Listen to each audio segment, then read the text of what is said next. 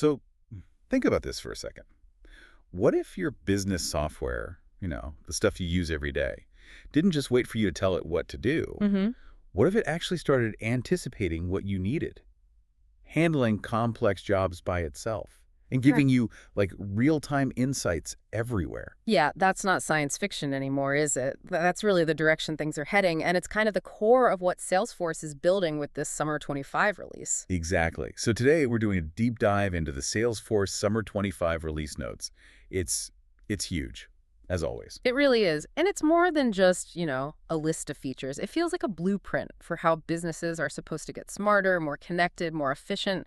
It's a fundamental shift. Right. So our job today is to cut through all the technical jargon, the Right. hundreds of updates, and pull out the really important stuff for you. We'll look at the big themes, point out some features that really jumped out at us, maybe surprising ones, and explain what it all actually means for your business. And just to be clear, everything we're talking about comes straight from the official Salesforce release notes. These are the changes rolling out around mid-2025. Okay, so let's get into it. We've sort of boiled it down to three main themes. And the first one, well, it's impossible to miss. It's all about AI. Salesforce is even calling it the Agent Force Awakens. Mhm. Yeah, can't miss that reference. It definitely sets a tone. They're launching something called Agentforce 3. That's right. They're describing it as the first AI agent platform built to manage and scale a hybrid workforce. So, people and AI working together. That sounds like a pretty major shift. AI not just doing basic automation, but taking on more, well, proactive, intelligent roles, Yeah. autonomous actions. Exactly. And what's really interesting is how they're planning for people to actually pay for this AI usage. They've introduced something called Flex Credits. Flex credits. Okay, what are those? It's basically a new way to pay for Salesforce consumption services like AI. It gives you almost real-time tracking of how much you're using Uh, and really granular detail, right down to the specific action an AI agent takes.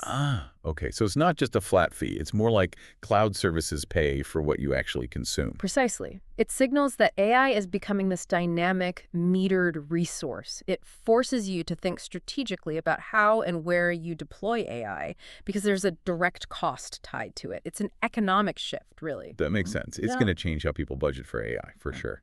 Okay, so let's talk about what this AI can do, because it sounds like it's more than just, simple chatbots. Oh, much more. Take sales, for example. For SDR, Sales Development Reps Agentforce SDR is meant to speed up their setup, requires fewer permissions. Right. You can batch test email generation, see how outreach is doing in a central control center. It's about shifting SDRs from manual tasks to more strategic work. So the AI handles the repetitive outreach, freeing up the humans for, like, building relationships. That's the idea. Let AI handle the scalable lead nurturing. Though it's worth noting, they announced an Agentforce Deal Agent feature and then pulled it back for this release, said it wasn't quite ready, which, shows this is still evolving tech. Okay, so some bumps in the road, which is probably expected, but other things are ready. Definitely. Like generating detailed product descriptions automatically using Agentforce in product catalog management. That's a huge time saver for marketing and e-commerce teams right there. Yeah, I can see that being incredibly useful. Okay, what about on the service side? Agentforce Service Agent is now generally available GA, so it can handle customer emails autonomously. Autonomously, Yeah. like no human intervention. For certain types of emails, yeah. And it's got smarts built in for escalation if it gets stuck, and even geo-aware routing. Plus, and this is important, new security requires verified customer IDs for sensitive stuff. Good. Need that security layer. But the really cool thing for the user experience is context awareness. How so? Imagine a field tech has a work order open on their mobile device. They can just ask Agentforce, give me a summary, and it knows they mean that work order. No need to type in the ID. Whoa. Okay, that is a game changer. That makes it feel much more like a real assistant, less friction. Exactly. And this intelligence isn't just generic. Salesforce is tailoring it heavily for specific industries. Right, their vertical focus. Give us some examples. Sure. Automotive. AI agents can manage vehicle service maintenance, summarize issues, estimate costs, create quotes, work orders, streamlines the whole service bay process. Plus, it helps with engagement, like account summaries and cross-sell opportunities. Okay, makes sense for dealerships. Or financial services. They have Okay. templates like banking relationship assistants or financial advisor assistants. I think automating client data gathering, summarizing portfolio performance. So advisors spend less time crunching numbers and more time talking to clients. That's the role. In Health Cloud, it can help integrate with external EMR systems, streamline patient registration, automate updates for benefits, reducing admin headaches, and hopefully improving the patient journey. And in manufacturing, this is pretty neat. You can use natural language search for inventory. Just ask, do we have any 10-millimeter widgets in warehouse B instead of complex searches? That would speed things up massively on the factory floor or in the warehouse. Yeah, and you see similar tailored AI across consumer goods, communications, loyalty, media, net zero cloud, public sector, basically bringing AI directly into the core workflows of each industry. So it's becoming deeply embedded everywhere. What about the underlying platform stuff? Analytics. Big news there is Tableau next.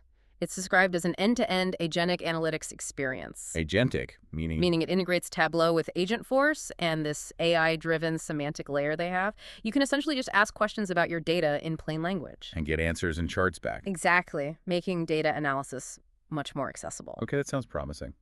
What about for the developers building on the platform? Prompt Builder is getting more powerful. You can now ground prompts using information from public websites. They call them web retrievers. So the AI can pull in external up-to-date knowledge. Right. And you can define structured outputs like JSON or HTML, which makes integrating AI responses into other systems much more reliable. That's key for building real applications. Any changes in the AI models being used. Yeah, the Einstein platform now supports Google's Gemini 2.5 models. And an important technical note, OpenAI GPT-4 Turbo requests are getting rerouted to GPT-4 Omni soon by June 30, 2025. Good to know. And this is groundbreaking. Data Cloud can now ingest and index images, PNGs, JPGs, even PDFs. Images. So the AI can understand pictures now. It can perform image similarity searches, image to text, text to image. It brings visual data into the AI's understanding. Think about searching for product images, analyzing document layouts, opens up a lot. It uses Argyle retrieval augmented generation, which helps make AI answers more accurate by grounding them in real data, now including visual data. Wow. Okay, that adds a whole new layer. And tools for developers. Yep, there's Agentforce for Developers, which is a VS Code extension using Salesforce's own AI models like CodeGen to help write code faster. And importantly, new security review requirements for App Exchange apps using Agentforce. Got to keep the ecosystem secure. Makes sense. Okay, so that's a huge meat on the AI front. That perfectly sets up our second big theme, which is foundational, really. Absolutely. It's Data Cloud, your single source of truth unlocked. Because, let's face it, AI is only as smart as the data it can access. True. So what's happening with Data Cloud? Let's start with basics, like where the data lives. Well, they're expanding globally. Hyperforce is now available in Hyderabad, India. More options for data residency, which is critical for compliance and performance for many companies.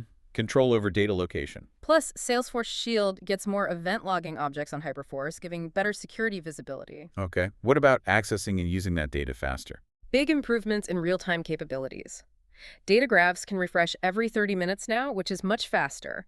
And there's a live lookup feature to query the absolute latest data directly when needed. So getting closer to real-time insights. And even closer with data sharing. There are beta features now to share data in near real time between Data Cloud and Databricks. How interesting, connecting those ecosystems. Yeah, and even sharing between different Data Cloud instances within a company, that could unlock some serious cross-departmental insights without complex integrations. Okay, that could be huge for large organizations.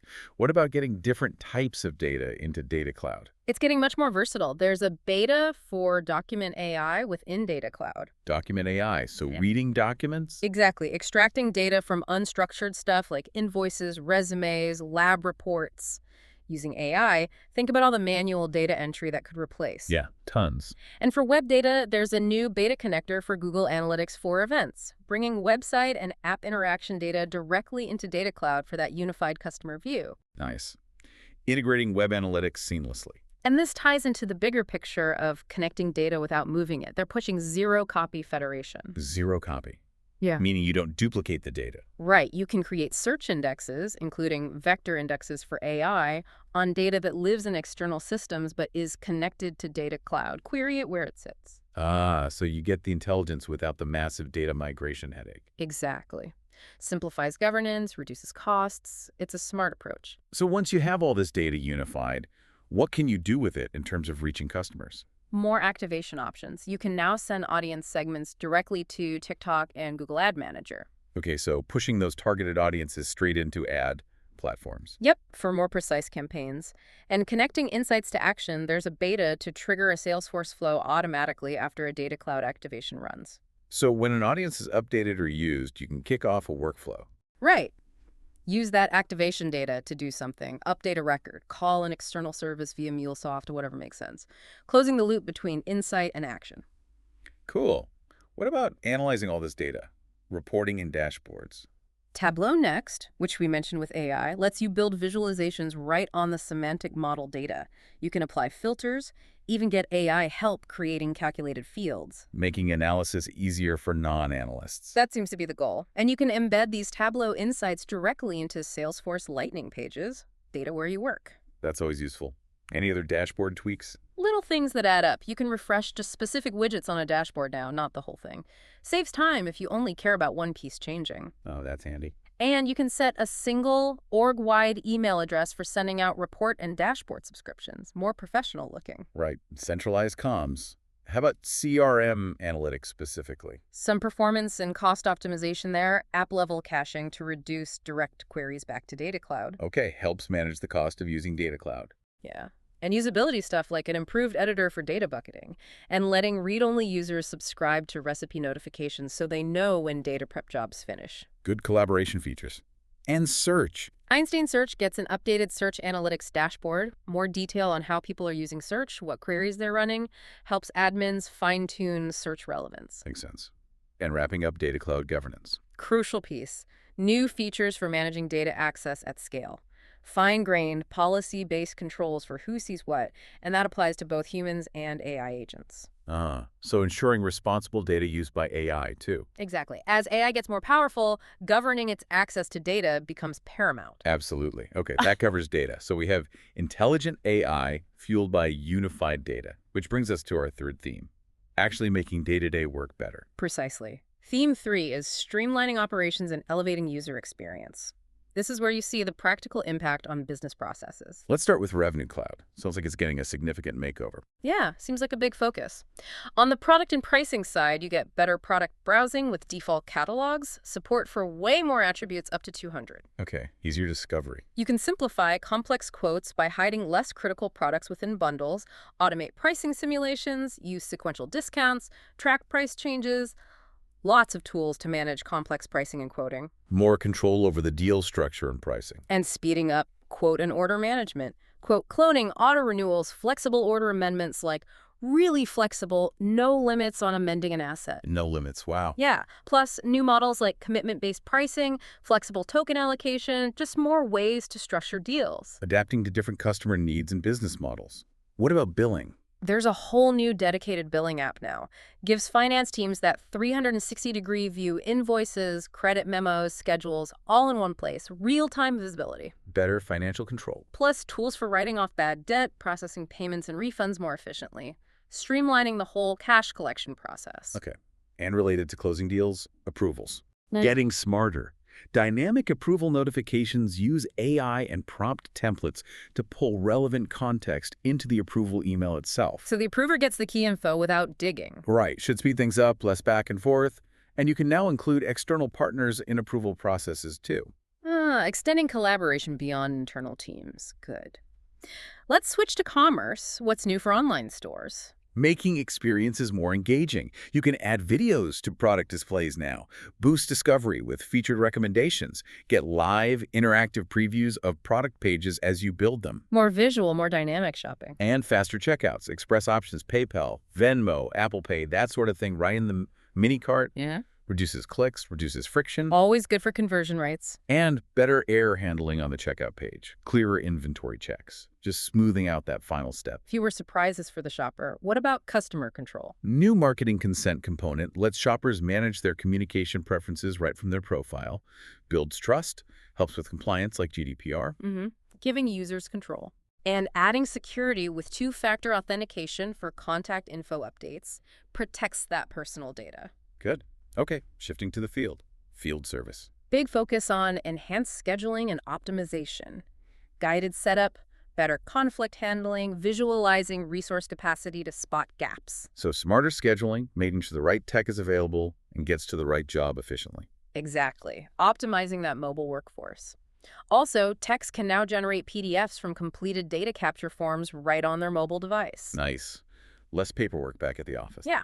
And a small but nice touch. Mobile NPS surveys lets the field workers easily give feedback on the mobile app itself. Listening to the end users. Always a good sign. Back in the office, Sales Cloud. Productivity boosts there. Yep. You can now sync emails as actual Salesforce activity records, which helps capture that full communication history. Oh, that's better than just tasks sometimes. Customizable mobile experience for sellers is now GA.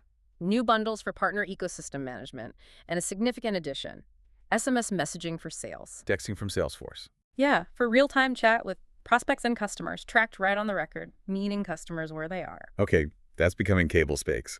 Now, for the admins and developers listening, Salesforce Flow always gets updates. What's new there? Some really nice enhancements in Flow Builder. Beta for getting related records in a single query. That's huge for performance and simplicity. Oh, finally. Yeah. That's been needed. Tell me about it. Also, beta for searching nested resources within flows. New time data type for handling time-only values. An operator to specifically test if a flow path resulted in an error. Better error handling tests? Good. And making it easier to find and add asynchronous paths for record-triggered flows, which helps keep things running smoothly without hitting limits. Lots of quality life stuff there. Screen flows. Automatically triggered screen actions, making UIs more dynamic. An enhanced file upload component that works across different platforms like Aura and LWR, more layout control. And integrations. Connecting Flow to other systems. MuleSoft for Flow integration offers templates and pre-built actions, specifically calling out Salesforce and NetSuite connectors to make pulling data from those systems easier within a flow. Simplifying those common integration patterns. Okay, what about the mobile experience overall? Still a big focus. Dynamic related lists are coming to mobile in beta. External client apps for Mobile Publisher are GA for new apps. File priming for offline access in the mobile app plus is GA. Better offline capabilities. And landscape mode is now supported in Mobile Publisher apps, which is great for tablets. Good usability updates. And just hitting some platform foundations and security quickly. Yeah, list views are using Lightning Web Components, LWC now, for better performance accessibility. Salesforce Connect is removing some limits for adapters on Hyperforce. Accessing external data gets easier. You can upgrade older LWR sites to enhanced LWR for the latest web features. Keeping the platform modern. Just a couple of key things. New connected apps have to be created in Lightning Experience now. Big heads up.